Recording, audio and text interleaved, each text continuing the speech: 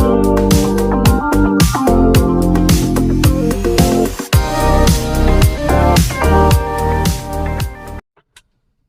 semua, salam sejahtera Malaysia. Selamat datang ke channel Fels Lifestyle. Baru-baru ini Malaysia digemparkan dengan satu kabar angin berkaitan dengan rombakan kabinet.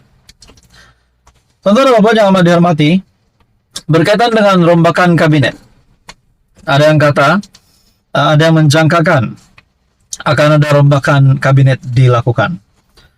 Tidak pasti sama ada rombakan kabinet itu akan dilakukan pada masa terdekat ataupun mungkin lama lagi. Tetapi menurut beberapa pemerhatian, beberapa pandangan dari pemerhati politik menyatakan ada yang bersetuju sudah tiba masanya untuk Datuk Seri Anwar Ibrahim merombak kabinet. Bercakap tentang rombakan kabinet, menurut Anda, siapakah menteri yang patut ditukar? Adakah dilihat hari ini Menteri MITI Tengku Zafrul menjalankan tugas dengan baik? Adakah Menteri Ekonomi Rafizi Ramli juga menjalankan tugas dengan baik? Menteri Mat Sabu juga sebagai menteri, adakah beliau juga menjalankan tugas dengan baik? Bagaimana pula dengan Zaid Hamidi dan banyak lagi? Nah, menurut Anda, tuan-tuan dan puan yang amat dihormati semua, sekiranya benar akan ada rombakan kabinet yang dilakukan, Anda dipersilakan komen di bawah, siapakah menteri yang perlu digugurkan, siapakah menteri yang perlu diganti. Adakah Zaid Hamidi sebagai menteri di dalam kabinet juga menjalankan tugas dengan baik? Bahkan beliau sendiri adalah timbalan Perdana Menteri. Begitu juga Mat Sabu sebagai menteri. Begitu juga Tengku Zafrul sebagai menteri MITI juga. Dan Menteri Ekonomi Rafizi Ramli.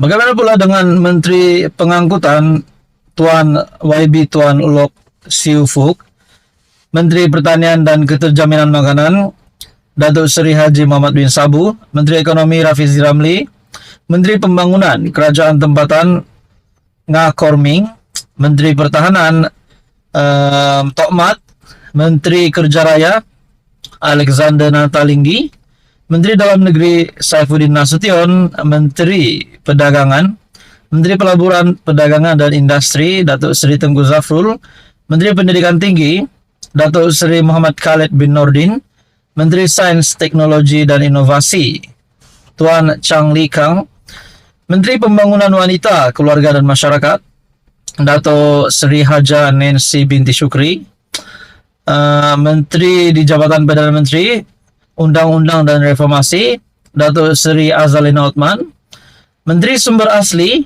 Alam Sekitar dan Perubahan Iklim Tuan Nik Azmi bin Nik Ahmad, manakala Datuk Iwan Benedik Menteri Pembangunan Usahawan dan Koperasi, Menteri Pelancongan Datuk Seri Tiong King Sing, Menteri Luar Negeri Senator Datuk Seri Diraja Dr. Zamri bin Abdul Kadir, manakala Ahmad Fahmi bin Muhammad Fadzil Menteri Komunikasi dan Digital, Puan Fadlina binti Sidek Menteri Pendidikan, Menteri Perpaduan Negara pula Datuk Aaron Ago Anak Pedagang, dan beberapa lagi senarai menteri yang lain.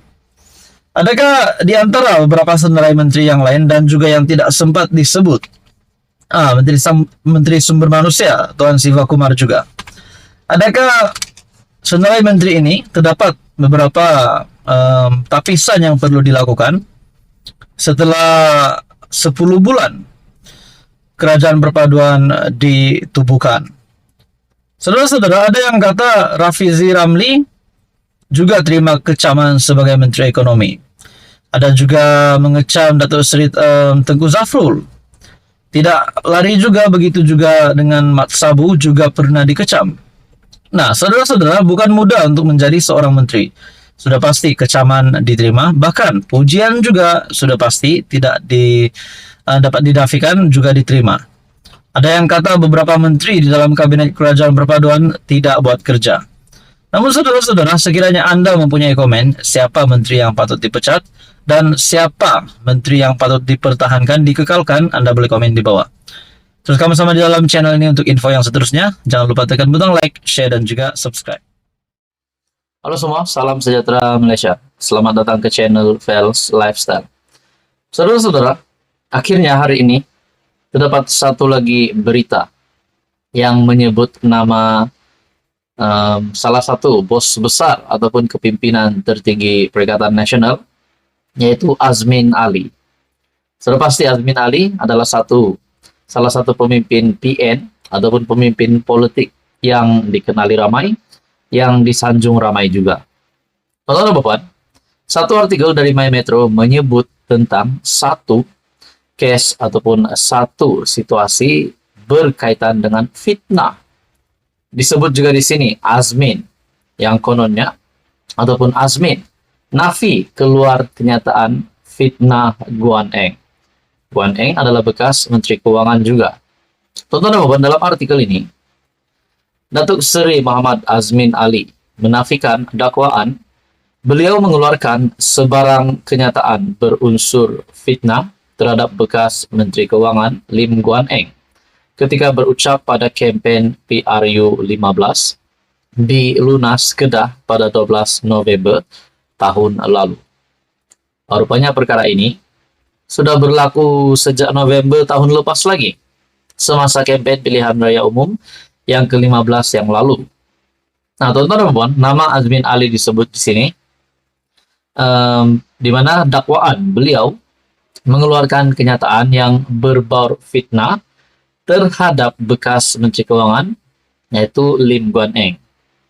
Dalam pernyataan pembelaan terhadap saman yang difailkan terhadapnya, Muhammad Azmin menafikan beliau ada menyebut perkataan langsi ketika berucap pada kempen itu dan meletakkan Lim atas beban bukti yang kukuh untuk membuktikan bahwa beliau, yaitu Muhammad Azmin, telah menyatakan perkataan berkenaan.